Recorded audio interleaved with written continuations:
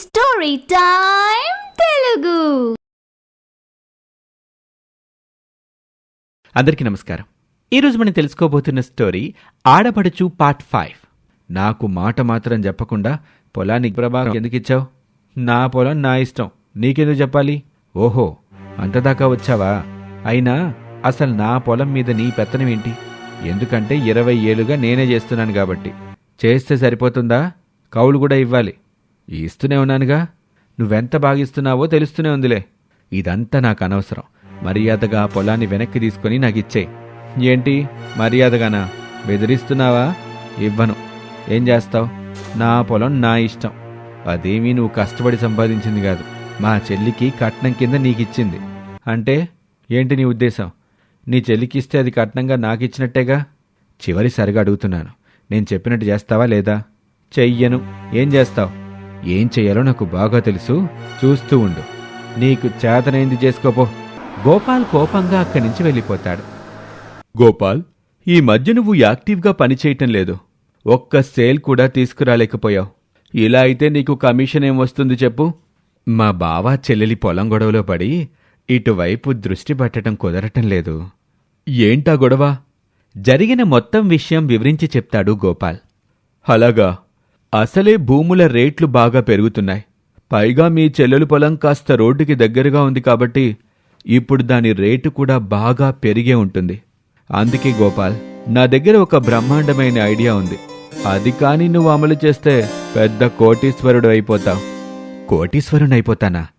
అవును, డౌటే లేదు. ఏంటది? మీ బావని ఒప్పించి నువ్వే ఆ పొలం పండించు. అతను అడిగినంత కౌలు ఇచ్చేయి.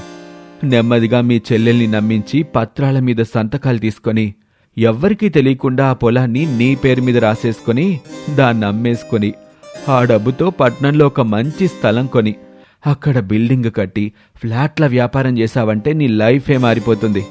రియల్ ఎస్టేట్ ఏజెంట్వి కాస్త ఓనర్ అయిపోతావు. చాలా మంచి ఐడియా ఇచ్చావు మహేందర్, థ్యాంక్స్ అని చెప్పి అక్కడి నుంచి వెళ్ళిపోతాడు గోపాల్.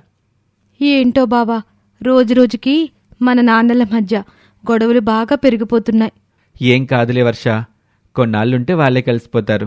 వాళ్ళు కలిసిపోతారో లేక మనల్ని కలవనీయకుండా అడ్డుపడతారోనని భయంగా ఉంది. అలాంటి భయాలేమీ పెట్టుకోకు. మనల్ని ఎవ్వరూ విడదీలేరు.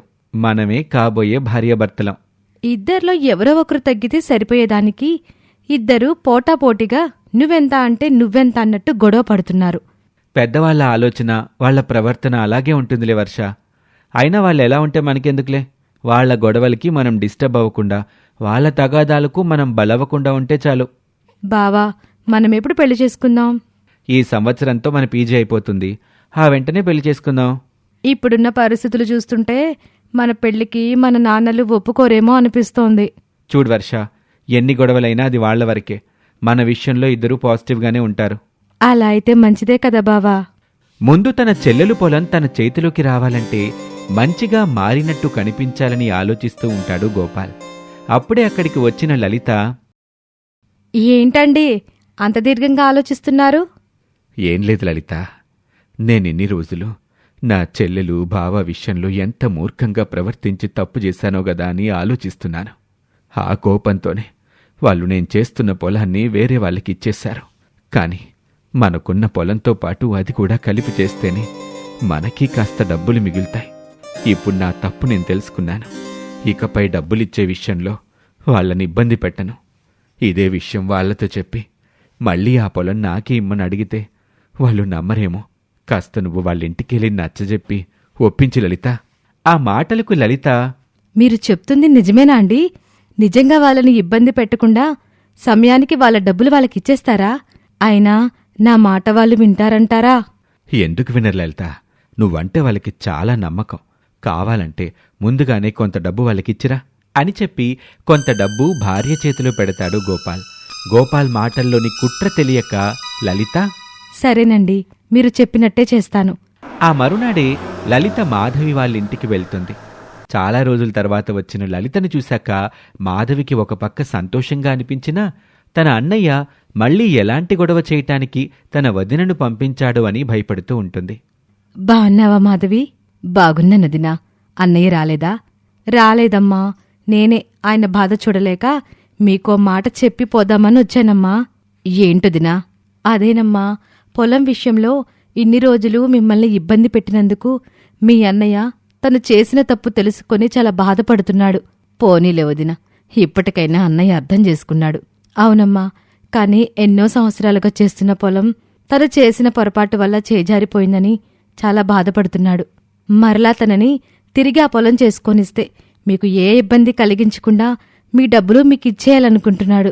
అప్పుడే అక్కడికి వచ్చిన మురళి ఆ మాటలు విని, నిజంగా బావలో వచ్చిన మార్పేనా, లేక తిరిగి మళ్ళీ నా పొలం తిరిగి దక్కించుకోవాలని కొత్త ప్లాన్ ఏమైనా వేశాడా?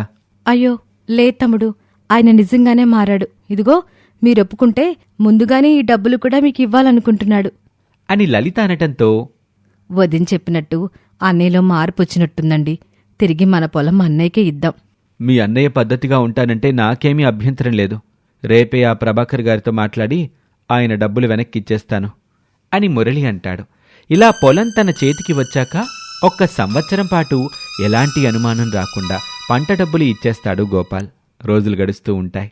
తాను అనుకున్న ప్రకారం మురళికి తెలియకుండా చెల్లెలు మాధవికి అబద్ధాలు చెప్పి సంతకాలు పెట్టించుకొని మాధవి పేరున ఉన్న పొలాన్ని తన పేరు మీదికి మార్చేసుకుంటాడు గోపాల్. ముందు పొలం తాకట్టు పెట్టిన సేటుకే తాను చెప్పిన షరతులకి సేట్ని ఒప్పించి ఆ పొలం కాస్త బయట రేటుకి కొంచెం తగ్గించి అమ్మేస్తాడు. ఇదిగో సేటు, నేనొక ఒప్పందం మీద ఈ పొలం అమ్మానని తెలుసు కదా? తెలుసు లేవయ్యా. కొన్నాళ్లపాటు ఈ పొలాన్ని నీకే కౌలికి ఇయ్యాలి, అంతే కదా? అంతే అంతే. ఇది అంతా ఎందుకో కారణం తెలుసుకోవచ్చా? అంటే మా ఊళ్ళో చాలామందికి నా పొలం కొనాలని ఆసుందిలే. వాళ్ళందర్నీ కాదని ఆ పొలాన్ని మీకమ్మానని తెలిస్తే నా మీద పడి ఏడుస్తాస్తారు. సరేలే, అర్థమైంది. కాని మనసులో గోపాల్, నేను పొలం అమ్మిన విషయం మా బావకి తెలియకుండా ఉండాలంటే ఈ మాత్రం జాగ్రత్త పడకపోతే ఎలా అని అనుకొని అక్కడ్నుంచి డబ్బు తీసుకుని వెళ్ళిపోతాడు గోపాల్. ఆ డబ్బుతో సిటీలో ఒక స్థలం కొని బిల్డింగ్ కట్టి ఫ్లాట్లో అమ్మటం మొదలు పెడతాడు గోపాల్. అక్కడ మంచి లాభాలు రావటంతో మళ్ళీ ఇంకో స్థలం కూడా కొని అలాగే చేస్తాడు. అది కూడా సక్సెస్ అవుతుంది. అలా నెమ్మదిగా ఆర్థికంగా బాగా సంపాదిస్తూ ఉంటాడు. వ్యవసాయం మీద పూర్తిగా శ్రద్ధ పోతుంది. ఏవండి, మన అమ్మాయికి పెళ్లి వయసు వచ్చింది. తన చదువు కూడా పూర్తయిపోయింది. ఆడపిల్లోళ్ళం. జరిగిన పాత విషయాలన్నీ మర్చిపోయి మనమే ముందెళ్ళి మా అన్నయ్య వదినలతో పెళ్లి విషయం మాట్లాడొద్దామండి. నువ్వు చెప్పింది కూడా కరెక్టే. అయిపోయిన దాని గురించి ఆలోచిస్తూ కూర్చుంటే ఉపయోగమేముంది? ఒకసారి ఇద్దరం కలిసి మీ అన్నయ్య వాళ్ళ ఇంటికి వెళ్ళి పెళ్లి గురించి మాట్లాడొద్దాం. ఆ మాటకు మాధవి చాలా సంతోషపడిపోతుంది. పక్కనే ఉన్న వర్షమొహం పెళ్లి అనగానే సిగ్గుపడిపోతుంది. ఆ మరునాడే మాధవి, మురళి గోపాల్ ఇంటికి వస్తారు. చాలా సంవత్సరాల తర్వాత మురళి రావటంతో లలితకి చాలా సంతోషం వేస్తుంది. ఎలా ఉన్నావు తమ్ముడు? బాగానే ఉన్నానక్కా. కూర్చో తమ్ముడు, టీ తీసుకునొస్తాను అని లలిత చెప్పేవరకే లోపలి నుంచి వరుణ్ మాధవి, మురళికి కూల్ డ్రింక్స్ తెచ్చి ఇస్తాడు. బావ ఇంట్లో లేడా అక్కా? ఈ మధ్య రియల్ ఎస్టేట్ వ్యాపారం చేస్తున్నాడు కదా, దానిమీద పడి తిరుగుతూ బాగా పొద్దుపోయి ఇంటికొస్తున్నాడు. అలాగా? ఏంటి మురళి, ఏదైనా ముఖ్యమైన విషయం మాట్లాడాలా మీ బావతో? అదే వదినా, వర్షకి వరుణ్కి పెళ్లి చేసేస్తే ఒక పని అయిపోతుంది కదా, ఇక ఆలస్యం ఎందుకు? నా మనసులో ఉన్న మాటే నువ్వు చెప్పావు. వాళ్ళ మాటలు విని సంబరపడిపోతాడు వరుణ్. మీ అన్నయ్య రావటానికి లేట్ అవ్వచ్చు, ఈ రాత్రికి ఇక్కడే ఉండండి. ఈ ఇంట్లో వర్ష ఒక్కతే ఉందొదినా, ఒక పూటకేం కాదులే మాధవి. సరే అక్క, ఉంటాన్లే. అలా రాత్రి 11 గంటలు దాటిపోతుంది. గోపాల్ కోసం ఎదురుచూస్తూ అందరూ హాల్లోనే కూర్చుని ఉంటారు. అప్పుడే గోపాల్ ఇంటికొస్తాడు. మురళి మాధవిని చూసి ఒక్క నిమిషం వీళ్ళెందుకొచ్చారా అన్నట్టు ఒక చూపు చూసి తన మానాన తాను లోపలికి వెళ్ళిపోతాడు. బాగున్నావా బావా అని తనే ముందు మాట కలుపుతాడు మురళి. కాని గోపాల్ మాత్రం మురళి మాటలు తనకేమీ వినపడనట్టు తన గదిలోకి వెళ్ళిపోతాడు. ఏంటొదినా, మా అన్నయ్య కనీసం ఎప్పుడొచ్చారని కూడా పలకరించకుండా వెళ్ళిపోయాడు. చాలా రోజుల తర్వాత మాట్లాడుకుంటున్నారు కదా, తొందరగా మాట కలపాలంటే కష్టంగానే ఉంటుందిలే మాధవి. కాసేపుండు, ఆయనే మాట్లాడతారు. ఇవేమీ పట్టనట్టు గోపాల్ స్నానం చేసొచ్చి డైనింగ్ టేబుల్పై భోజనానికి కూర్చుంటాడు. లలిత భోజనం వడ్డిస్తూ భర్తతో మాట్లాడడానికి ప్రయత్నిస్తూ ఉంటుంది. మురళి, మాధవి, వరుణ్ ముగ్గురు ఏం జరుగుతుందా అని ఎదురుచూస్తూ ఉంటారు. ఏవండి, మీ చెల్లెలు బావగారొచ్చారు, పలకరించండి. వాళ్ళకే వాళ్లే మన ఇంటికొచ్చినప్పుడు ఇలా అవమానించడం కరెక్ట్ కాదు. వాళ్ళ కౌలు డబ్బులు వాళ్ళకి ఇస్తూనే ఉన్నాను గదా. వాళ్ళు అందుకు రాలేదండి. మరేం పని మీద వచ్చారంట? అదే మన వరుణ్ వర్ష పెళ్లి గురించి మాట్లాడాలని వచ్చారు. అందుకోసమైతే వెళ్ళిపోమ్మని చెప్పు. ఈ పెళ్లి జరగదు. నా కొడుక్కి వేరే సంబంధం చూసుకుంటాను. గోపాల్ నుంచి అటువంటి సమాధానం వస్తుందని ఊహించని వాళ్ళందరూ ఆ మాట విని షాక్ అయిపోతారు. ఏం మాట్లాడుతున్నారండి? నాన్నా, ఏంటి నువ్వు మాట్లాడేది? రేయ్, నువ్వు పిల్లాడివి, నీకేం తెలీదు. నేనేం చేసినా నీ మంచి కోసమే. నువ్వు లోపలికి పో.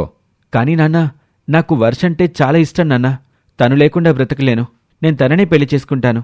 అది జరగదని చెప్పాను కదా, నోరు మూసుకొని కూర్చో అని కోపంగా వరుణ్పై అరుస్తాడు గోపాల్. ఎప్పుడో జరిగిన పాత గొడవలు మనసులో పెట్టుకుని ఇలా మాట్లాడడం న్యాయం కాదన్నయ్య. మనం ముందు నుండి అనుకున్న విషయమే కదా, పిల్లల మనసుని బాధ పెట్టొద్దు అని ఏడుస్తుంది మాధవి. అది ఒకప్పుడు. చూడు మాధవి, ఇప్పుడు నా స్థాయి వేరు. ఆ మాటలకి మాధవికి మురళికి ఏం మాట్లాడాలో అర్థం కాక మౌనంగా ఉండిపోతారు. మీకీ మధ్య బాగా డబ్బు పిచ్చి పట్టినట్టుంది. ప్రతిదాన్ని డబ్బుతోనే ముడేస్తున్నారు. బంధాలు అనుబంధాలు అంటూ ఏమీ లేవా? ఎందుకిలా ప్రవర్తిస్తున్నారు అని కోప్పడుతుంది లలిత. ఆ మాటకు కోపంతో లలిత చెంపపై కొడతాడు గోపాల్. అది చూసి వరుణ్, మాధవి, మురళి షాక్ అయిపోతారు. ఇక ఆ తర్వాత ఏం జరుగుతుందో వచ్చే భాగంలో చూద్దాం.